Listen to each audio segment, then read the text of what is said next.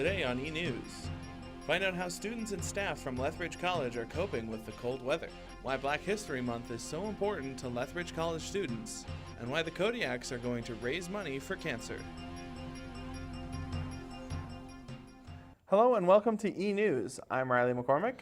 And I'm Seth Slump, and here's today's top story. The past few weeks have brought icy temperatures and lots of snow to Lethbridge, making for a cold campus. Daryl Kendall has a story on how students and staff are handling it.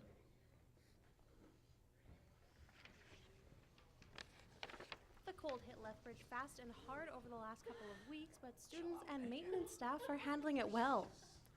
Every time there's a snowfall, there are staff here clearing the sidewalks and the parking lot to make sure things are safe for the students that attend. You know, they know that if there's a warning out for snowfall and things like that, they're prepared to come in early to make sure that the walks are clear before students arrive. While the parking lot is drivable, it is still slick, meaning students need to be careful when they're coming or going into parking spots. Zappone also mentioned it's important to dress properly and to recognize the signs when you've been outside for too long. I don't deal with the cold very well. I'm a wimp when it comes to cold. I have like an undershirt, my hoodie, my winter coat. While students aren't spending a lot of time outside going in between buildings for classes, waiting for buses, or walking anywhere outside can lead to frostbite, especially in the early mornings or in the evenings when the temperatures are at their lowest. Any temperature below -10 with even a slight wind can lead to frostbite. The colder it gets, the higher the risk. When the cold reaches -28, which it often does in the evenings, it can take as little as 10 minutes to develop frostbite. According to the Environment Canada weather forecast, this cold snap isn't going away anytime soon, so it's really important to dress for the weather and make sure you stay warm. For eNews, I'm Daryl Kendall. People aren't the only ones feeling the chill. It's important to remember to keep your pets warm and indoors during this cold snap as well.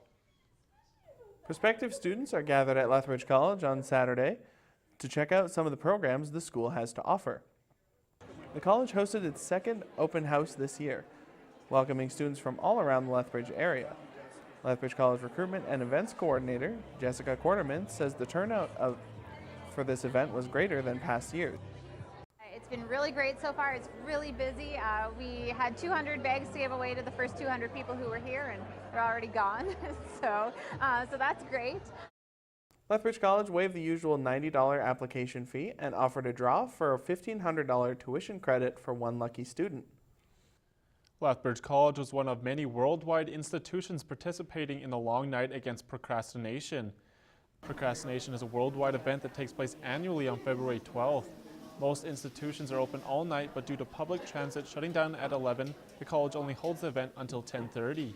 The Learning Cafe was open late in an attempt to help students deal with assignments by providing research and writing tips, stress management strategies, and wellness information. They also provided coffee and snacks. This is the 4th annual Late Night Against Procrastination at Lethbridge College, and the college says it plans to continue the event.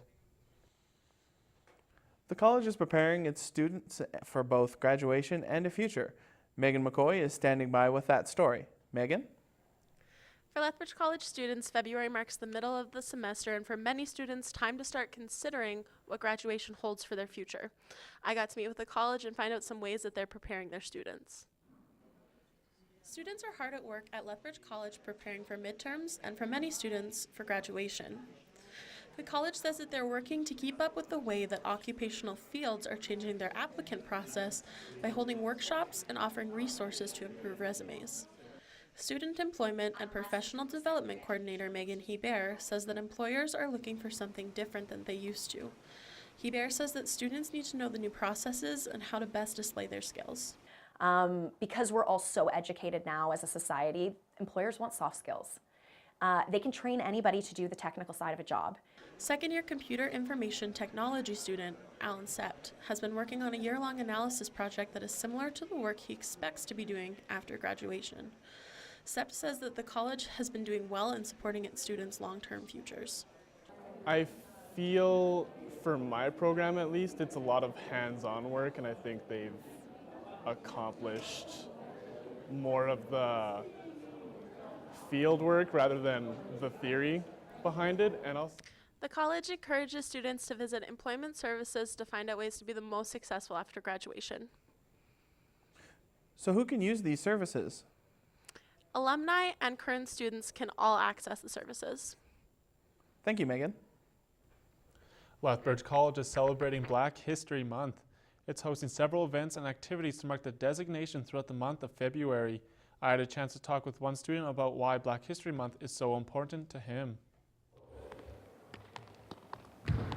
Black History Month celebration is kicking into high gear at Lethbridge College, where student athlete Jimmy Bukaru celebrating Black History Month is important to him as he grew up in Malawi but moved to Canada in 2008.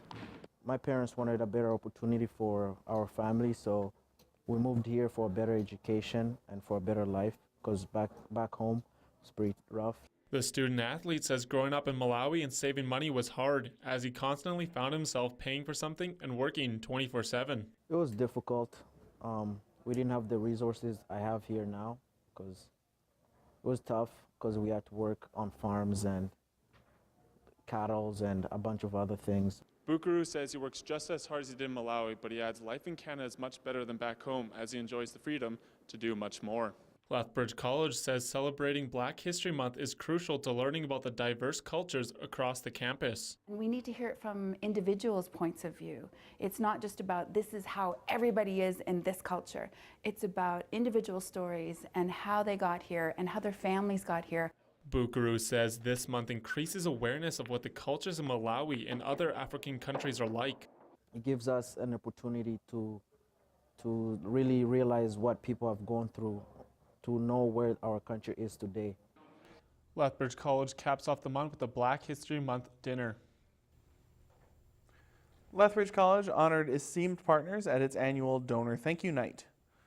The event showcased past donor milestones and the new college branding campaign that was approved late last year. Donors included college alumni, faculty members, and local businesses. College officials say donors have multiple ways to contribute to the college. So we have events that do sponsorships every year, the golf tournament and the wine auction, and honoring excellence events all have sponsorships that we have donors for, as well as student awards. You can donate to the cause through the college website.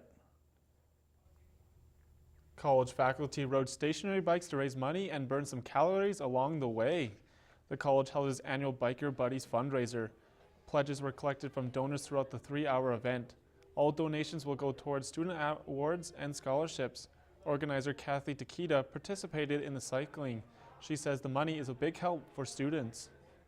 We built up about 5 scholarships, so they're each worth about $1,000 annually for students. So brings in some nice money for the students. The money has not been fully counted yet, but Takita says she's confident they'll hit their $5,000 goal. Coming up next on eNews, find out how the cold impacts Lethbridge's hard-to-serve population, and could Alberta consider adopting distracted driving legislation now in place in Ontario? Stay with us.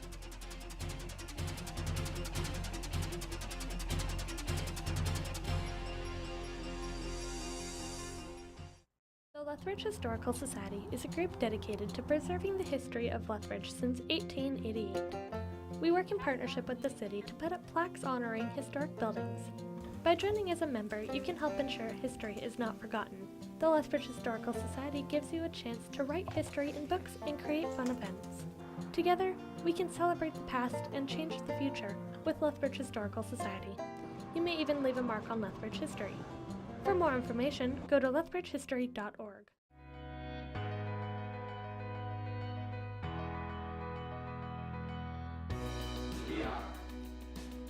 Pride is a little piece of me. Pride is a little piece of us. A little piece of me. Pride is a little piece of me. A little piece of me. A little piece of me. Pride is a little piece of me. Pride is a little piece of us.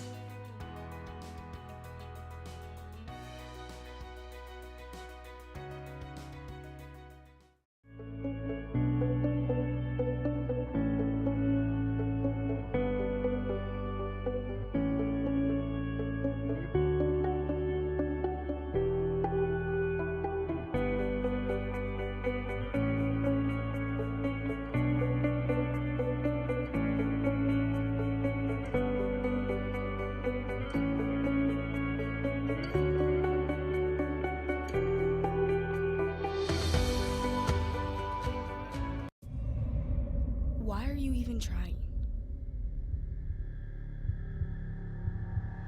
You're so stupid. No one's gonna miss you. Everyone hates you. You screw everything up. You're not alone. Come get the help you need at Crossroads Healing Center. We provide professional counseling and health services for all who come to our agencies. Hi, this is Justine, and this is your 5-day weather forecast provided by Environment Canada. On Monday, we're going to have a mix of sun and clouds with a low of -12. This is going to be one of our colder days of the week. And on Tuesday, we're expecting some flurries with a low of -6. On Wednesday, we're going to have a mix of sun and clouds with a low of -6. This is going to be one of our warmer days. And on Thursday and Friday, we're both having a low of -9 with some flurries happening. And this was your 5-day weather forecast provided by Environment Canada. Thank you, Justine. Still with the weather.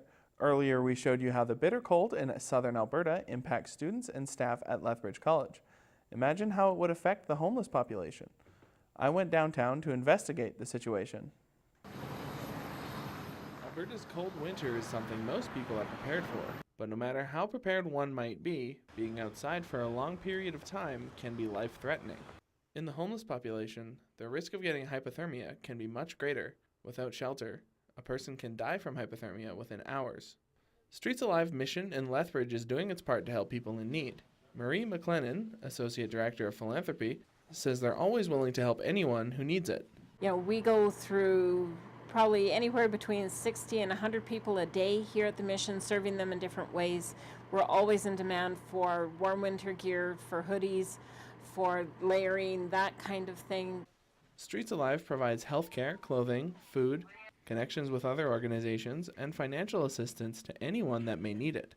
And in the winter months, any help can go a long way. Streets Alive does what they can to help. But with 228 people in Lethbridge counted as homeless according to a 2018 survey, that could be a pretty big job. One client to Streets Alive says the winter has been hard on him. It's been pretty tough on all of us here, shelter and that, 'cause that's where we always stay, is at the shelter, and we see each other every day. We're practically one big family. The cold has been affecting everyone in Lethbridge, but it's a very serious problem for those in poverty. Streets Alive is doing their part and is always accepting volunteers and donations. Streets Alive mission accepts donations and volunteer applications on its website, www.streetsalive.ca. In other news, an updated distracted driving law has been implemented in Ontario, and some Albertans want to adopt similar rules for the road. Dean Huffman brings us the story of one woman who lost a friend to a distracted driver a few years ago. There are many different ways a driver can be distracted while driving. Examples of distracted driving, according to the province of Alberta's website, are using handheld phones, texting, reading printed materials, personal grooming, and more. The icy roads during the cold snap has not made the situation any better. Cell phone use while driving significantly slows down reaction times, and icy road conditions gives us less time to prepare for other drivers. Dean Kolebaba is a retired Alberta Highway Patrol officer and a traffic instructor at Lethbridge College. He said not only fines are involved, but demerits are also used within the penalty. Financial penalty is $287, but it also carries 3 demerits against your driver's license as well. The law now states, according to Ontario's provincial website, fines up to $1,000 with a 3-day license suspension, as well as 3 demerit points for the first offense. Drivers with more than 1 distracted driving conviction will face a fine of $2,000, a 7-day license suspension, and 6 demerit points. Motorists who have been caught more than 2 times will pay a fine of up to $3,000 and lose their license for 30 days. Lives are at risk when people decide to use their cell phones behind the wheel. One development specialist here at Lethbridge College had a first-hand experience with these risks. My friend Sherry and I were out on the road one day cycling. We often cycled from Lethbridge to Monarch and then back into town. And we were coming back into town that day, riding on the road in the shoulder, and Sherry was struck and killed by a car. Mason said the driver of the vehicle was glancing down at a notification they received on their phone and swerved, striking her friend. A memorial ghost bike was set up in honor of her memory on Highway 3 where the accident occurred. The driver in this tragic case was not charged with distracted driving, but careless driving instead. I'm Dean Huffman for eNews. For more information on Alberta's traffic laws, visit www.alberta.ca/distracted-driving. These days, it seems everyone is looking for love. One of the most common places people find it is on the internet. Michael Rodriguez has the story of why people are turning to their screens to find a relationship. It's 2 a.m. Your phone buzzes and a piercing white light from your bedside table awakens you. You brush it off and go back to sleep. But just before your eyes shut, you hear yet another buzz.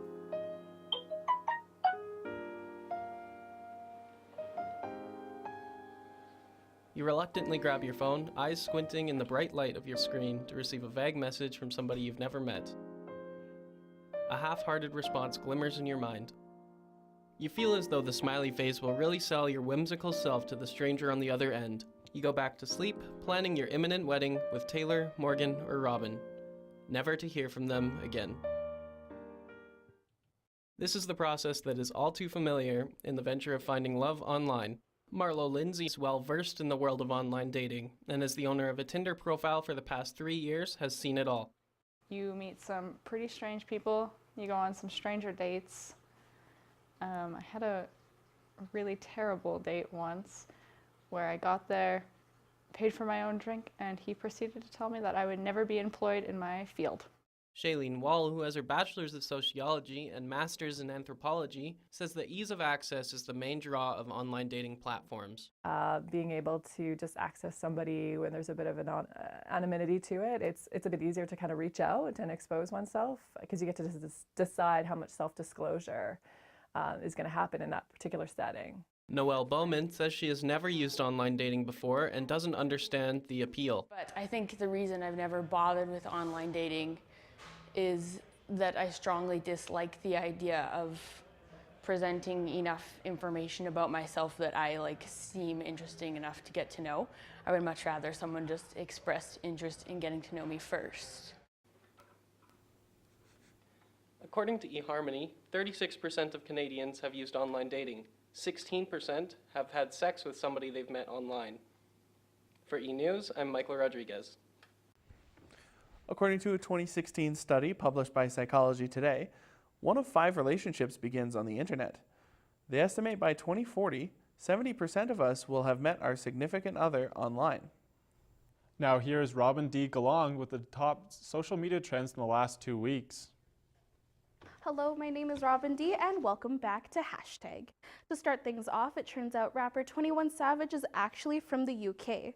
On February 3rd, Savage was arrested by ICE after they had found out the rapper had overstayed in the States since his visa expired in 2006. Though there have been many memes made about the situation, rappers like Nicki Minaj and Cardi B have both spoken out by hashtagging Free 21 Savage.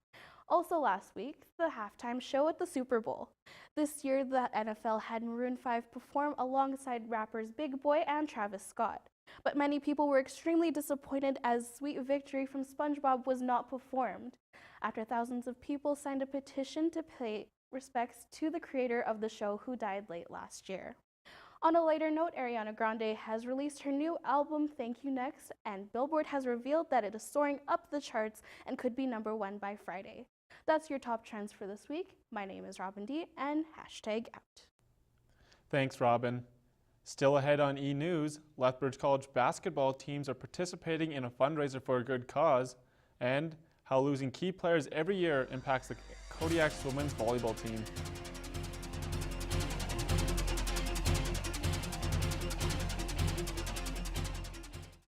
At the Last Chance Cat Ranch, our mission is to find a forever home for abandoned or homeless cats. We provide a safe, loving environment where cats can play and socialize with other cats. We have plenty of friendly, lovable cats that are waiting for a new companion. If you're thinking about adopting a cat, come to the Last Chance Cat Ranch. We need your help to ensure these cats will have a forever home.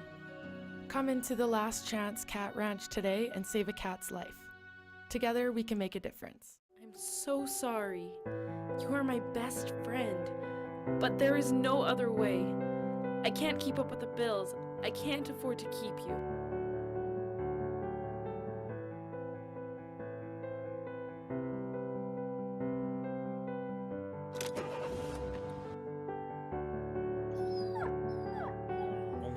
of every 10 dogs born will find a permanent home. We need your help. Visit Windy City Canine Rescue today to be part of the change. Why are you even trying? You're so stupid. No one's gonna miss you. Everyone hates you. You screw everything up. You're not alone. Come get the help you need at Crossroads Healing Center. We provide professional counseling and health services for all who come to our agencies.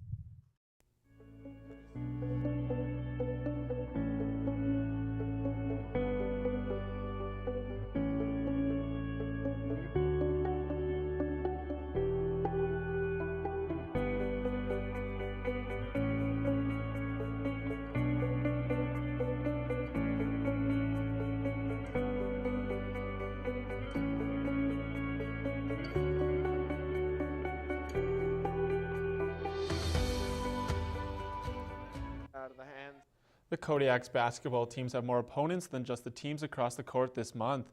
The teams are also battling cancer with the fundraiser started by the women's head coach. Skylar Peters explains. Out of the hands of the Lions. The shot on net. A beautiful shot by number 4, Maitland McMurray. 3 will equal 5 for the Kodiak's men's and women's basketball teams in the month of February. The Kodiaks are participating in a fundraiser where $5 is donated to the Canadian Cancer Society for every 3-point shot made in a game. The fundraiser is being spearheaded by women's basketball head coach Deanna Dotz. She took action for personal reasons. 3 years ago, my mom passed away from pancreatic cancer. She was diagnosed at the end of October and passed away by the end of January, so just 3 months later. Now in her second year of coaching the Kodiaks women, Dotz says this is something she had planned since taking the job. Dotz is donating the money for each 3-pointer out of her own pocket. The funds are being collected in a GoFundMe page that is open to public donations. In their first weekend of action, 16 threes by the men and 9 by the women added up to a $125 donation. Third-year forward Brooke Heggie says this fundraiser has allowed the Kodiaks teams to contribute to something bigger than basketball. We represent the school as well we can as athletes. I think it's really nice to be able to do more for the community and do more for organizations outside of just ourselves and the Kodiak program. The fundraiser comes at a great time for the women's team as it is currently riding a 6-game winning streak. They will be accepting cash donations at their game this Friday against Briarcrest. For eNews, I'm Skylar Peters. Dotz and the Kodiaks have a goal of reaching $1,000 this year. If you'd like to contribute, please visit their GoFundMe page. The Lethbridge College Kodiaks men's volleyball team win streak ended in heartbreaking fashion last Friday. The Kodiaks were handed their first loss this season in 5 sets by the second-seeded Red Deer College Kings. The match didn't have playoff implications as the teams are locked into the first and second seeds heading into the conference championships.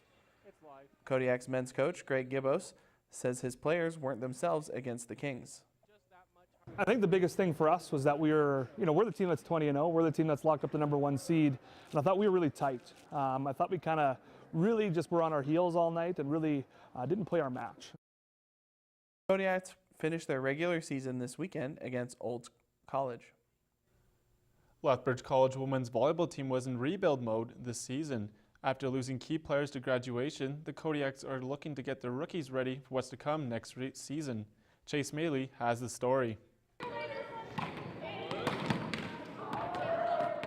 Kodiak's women's volleyball season hasn't exactly been an ace. The team posted only 3 wins to their 19 losses. Head coach Anna Schwartz says age was a key factor for the team's struggles. CAC, just everybody stepped up this year. I think age is a big part of that. Just having 1 year of experience in this league is really, really helpful. Schwartz says most Lethbridge College diploma programs are only 2 years. Therefore, it can be a difficult task hanging on to experienced senior players.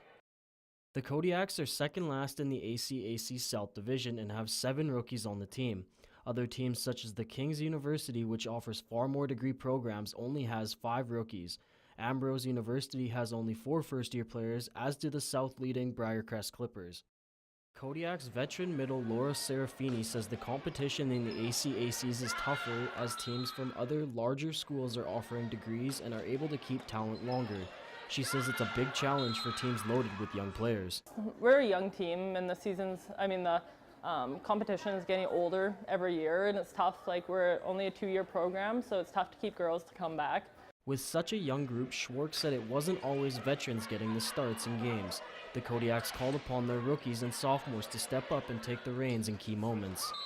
And for us, we go week by week, so it's not always 3rd, 4th, 5th years starting. We had a lot of 1st years, 2nd years get some time this year. So.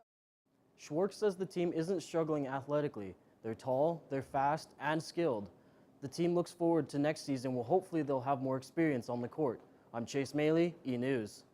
The Kodiaks will finish off their season this weekend against Olds. A well-known athlete and hockey broadcaster discussed how sponsorship is crucial for part of student-athlete experience. Former goaltender and Sportsnet analyst Kelly Rudy was the keynote speaker one morning last week at the U of L. He says without sponsors, the student-athlete experience wouldn't be possible. Student-athletes, by and large, wouldn't be able to afford their athletics. It's tough enough going to school, and you have the costs of that, and that's why scholarships are important and donations and so on. The scholarship breakfast has raised more than $289,000 in support for the athletics program since its inception.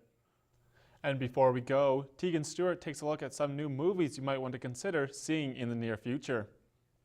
Hi, I'm Tegan Stewart, and here are your top 5 movies to look out for over the next couple of months. Coming up on March 8th, we have the much anticipated Captain Marvel. Her solo movie is sure to be a hit, and we'll find out if she's just what the Avengers need to finally defeat Thanos. Jordan Peele is surprising us with his shift over into horror and is bringing us another one entitled Us on March 22nd. DC's success has always been touch and go, but their next movie, Shazam, looks like it'll be great. It releases on April 5th. Stephen King has had growing success with his books being turned into movies. Check out the Pet Sematary remake, also on April 5th. And last but not least, another Marvel movie. I know. We've all been waiting to see how the world is coping with the aftermath of the infamous snap. Avengers Endgame coming April 26th. Those are your top 5 movies to look for in the next coming months. Thanks for watching. Thanks, Tegan. So Riley, what's your favorite movie? I saw They Shall Not Grow Old last night. It was really good. That's all the time we have for this edition of eNews. I'm Riley McCormick. And I'm Seth Slump. We'll see you next time.